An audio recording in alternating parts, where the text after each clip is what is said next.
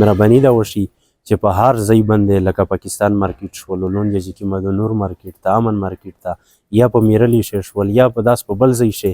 چې هغه شی عوامو ته سوقیات وي، د یوټیلیټي سټور ځای په ځای کولاو شي.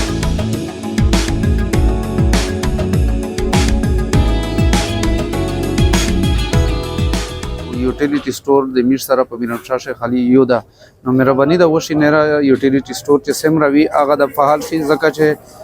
نن سبا ډېر حرمت ته په یوټیلیټي سټور شي دته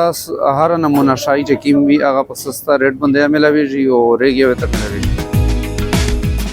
نارت وزیرستان کې چې 16 یوټیلیټي سټورز دي د ایم ډي ته مونږ باقاعده لیټر کړی دی او دا به ټول مونږ فنکشنل کوو او چې کوم یوټیلیټي سټور مونږ ته